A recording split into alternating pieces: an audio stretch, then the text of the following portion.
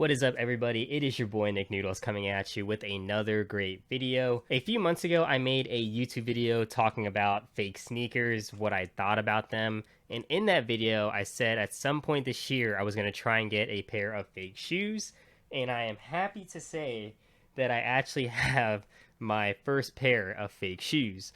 Now, this is my first pair and probably the only fake pair that I'm going to get. All the other shoes in my collection are authentic. And in this video, I want to show you like one-to-one comparison of what this looks like compared to the retail pair, and just continue the discussion of fake sneakers after we do those comparisons. Now, if you're interested in learning how to buy ref sneakers, I think that there are many valid reasons you would want to do so. You can check out the ref sneakers subreddit and also watch this guy's video right here. I think he does a pretty good job of explaining it. I'm not going to be answering any questions or telling you exactly step by step how to cop the fakes. So again, I highly recommend checking out that subreddit and watching that YouTube video. All right, so now let's go into the comparison of rep to retail. And right off the bat, this thing looks pretty good. There is one, I think, minor or maybe even major flaw with this shoe, and we will get into that if you can't already tell. But honestly, for the price I paid, around $150, this beats paying $1,500 on StockX, if I'm being honest. One thing I want to cover real quick, and Vintage Kicks Gallery does a really good job of it in a, I think, 12-minute video. I'll have it linked in the description, is compare this high 85 model to a typical Jordan 1 retro, because there are differences between a shoe like this and the high 85 like this. I'll talk about some of those differences and also discuss how well this, mimics the high 85. Let's start off with the shape. So you'll notice that the high 85 stands a little bit straighter. The retro goes at a little bit of an angle, and when I put them side by side, you can see that the retro kind of arcs a little bit to the right, and the high 85 goes up a little bit more straight. So honestly, I think that this mimics the shape pretty well. Another thing you'll notice is that the gap between this leather panel right here and the collar, I guess, it's a lot wider than it is on the retro. So here's the retro. See how it's pretty thin, and then on the high 85 it has a large gap, and that is pretty much how it's supposed to be. Another thing you'll notice, the Wings logo. So they're completely different. This is kind of embossed onto the leather. And comparing it to a retail pair, I think it's pretty spot on in my opinion. It is definitely a lot different on the retro. As you can see, the R&D will always touch on an authentic pair of Jordan 1s. However, on a high 85, that is clearly not the case, and that is how it's supposed to be. Another major difference is the leather used. You'll notice the leather is really smooth, and it's supposed to be that way. That's how it is on all the high 85 models.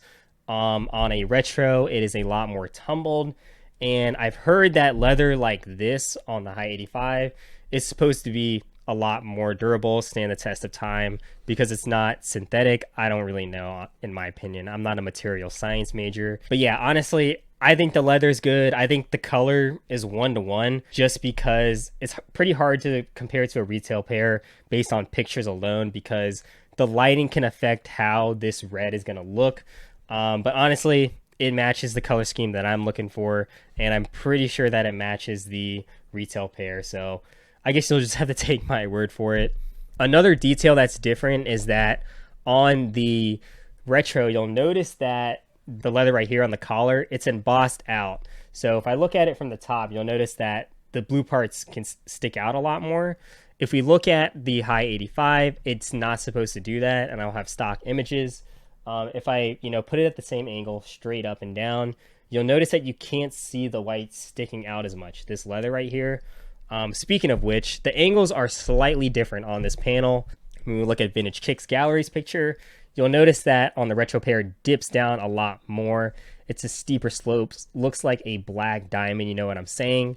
On the high 85, it's a little bit more mellower, looks more like a blue. The back shape pretty much has the hourglass, in my opinion.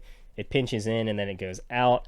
This picture fooled a lot of people. For one of the images, I literally took it off Seth Fowler's video, and a lot of people thought his was fake, so I thought that was kind of funny.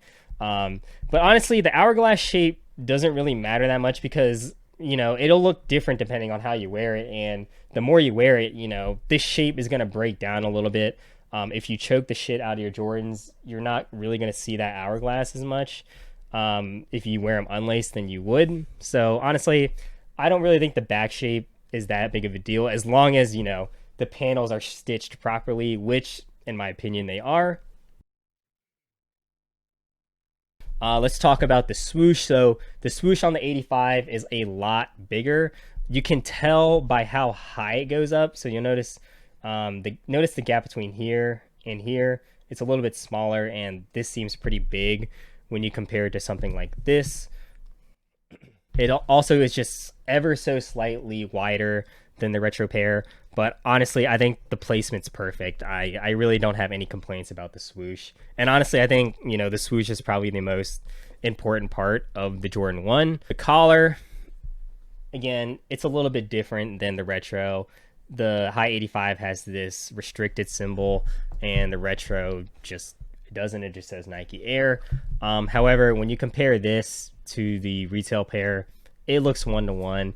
You also have this little stamp on the inside that shows you like the size and the skew.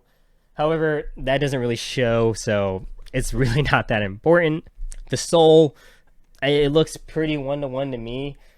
They probably may have used just a regular retro sole. However, I'm not even sure that the retro sole is different from the 85 sole. Please correct me if I'm wrong.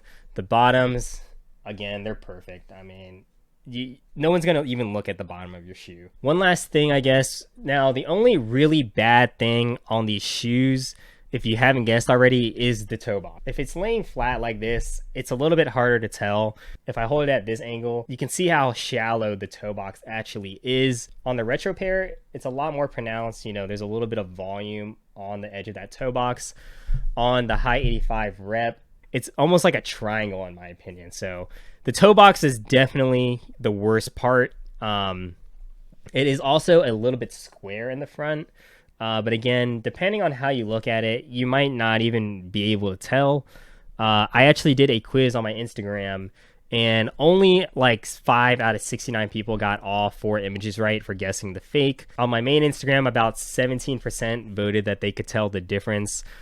So honestly, I think that if you're like an OG sneakerhead, if you know your Jordan 1 in and out, then you would maybe be able to tell based on the toe box. But looking at all the other stuff, you honestly can't tell. Like if you just look at it like this, don't even look at the toe box, you can't tell that this is a rep in my opinion. And honestly, I feel like the more you wear Jordan 1, the more the toe box is just going to break down in general from just creasing.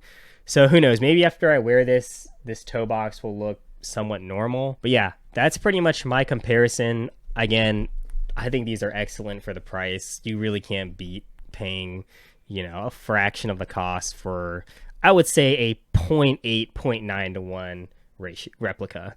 So yeah, that pretty much wraps up the 1-to-1 comparison of rep to retail. This is probably the only pair of fakes I'm going to own, mainly because I don't need any more shoes and because I've been getting so lucky on the shoes that I actually want. It's been a little bit crazy, but fakes are just so good nowadays. Again, this isn't the best example. There are definitely better batches out there. However, I really like this shoe. I'm not going to spend $1,500 on this shoe.